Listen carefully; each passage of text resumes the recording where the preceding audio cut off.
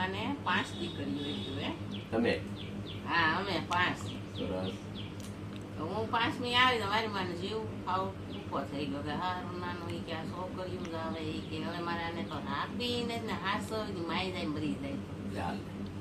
મને તો પડી મૂકી 3 દીની થઈને ના મૂકીને હાલતા છે કામે દાડીએ વી પછી હું મરી ગઈ. એવું ક્યારે થયું?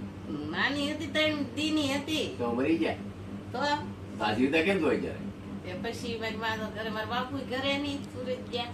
પછી મારી માં આવીને જોયું આમ મનમાં પેલા તો એમ છું મરી જાય તો પછી જોયું મરી ગઈ તા કે હા તો નાની મરી ગઈ.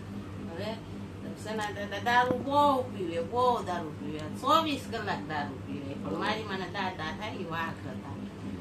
મારી માં પછી સના દાદાને બોલાવી આવ્યા. એ કે હાલો દાદા મેં છોડીને કઈક થઈ ગયું. એ કે પછી દાદા આવ્યા, 2 ફૂલ પીધેલા, ચૂલામાં રાખ લીધી.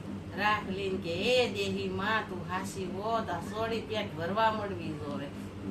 રાખનું તિલક દીધું તા તો જીવતી થઈ.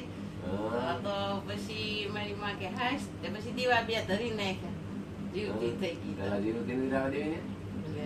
પેલા એવું છું મારી માને કે આ શું મરી જાય તો કેટલું